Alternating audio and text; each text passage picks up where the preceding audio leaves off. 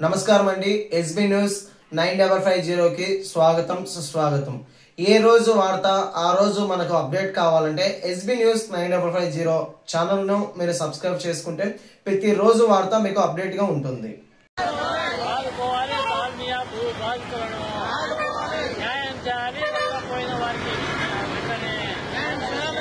నష్టపోయిన వారికి న్యాయం ఆధారం దుగ్గనపల్లె గ్రామాన్ని పునరావాస కాలనీని దుగ్గనపల్లె గ్రామానికి పునరావాసం వచ్చే దారి ఆంధ్రప్రదేశ్ రైతు సంఘం వచ్చే దారి ఆంధ్రప్రదేశ్ రైతు సంఘం ఆదుకోవాలి దాల్మియా భూ బాధితులను ఆదుకోవాలి దాల్మియా భూ బాధితులను ఆదుకోవాలి తక్షణం నష్ట పరిహారం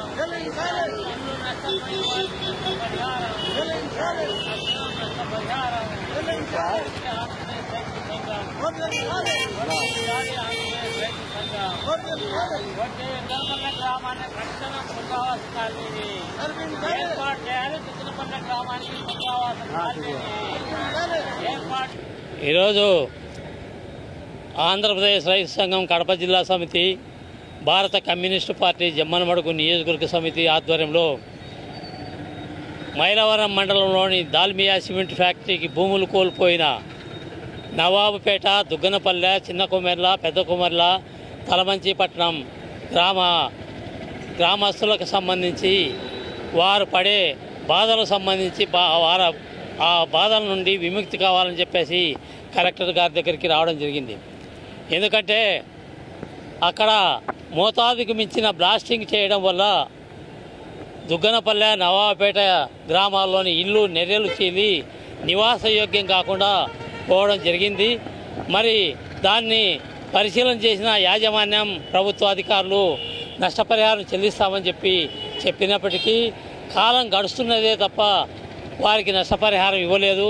మరి వారు ఆ ఇళ్లను వదిలేసి పక్కన ఇళ్లలో బాడుగలకు తీసుకొని కాపురాలు ఉండడం జరుగుతుంది.